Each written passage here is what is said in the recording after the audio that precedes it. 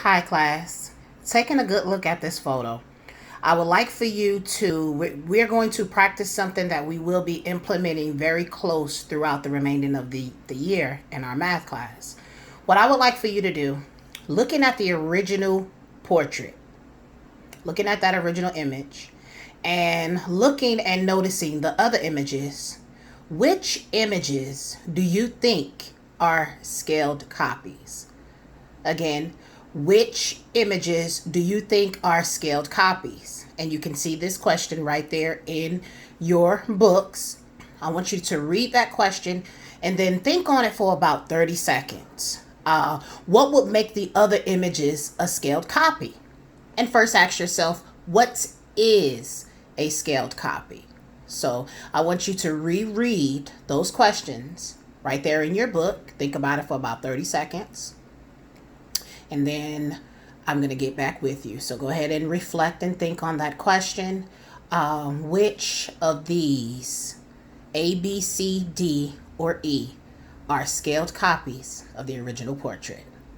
Also, too, in addition, which are least like the original portrait?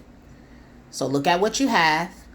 Reread this question. Which are the least like the original portrait?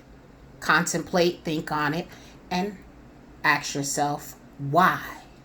And come up with some mathematical language to yourself so you can be able to answer these questions once we discuss these questions as a group. Okay, I'm going to give you a few more seconds to think on that.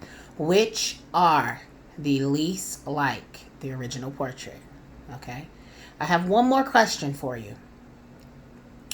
Think about how you'll explain your mathematical reasoning and how you put your explanation in your very own words. However, you still use academic language.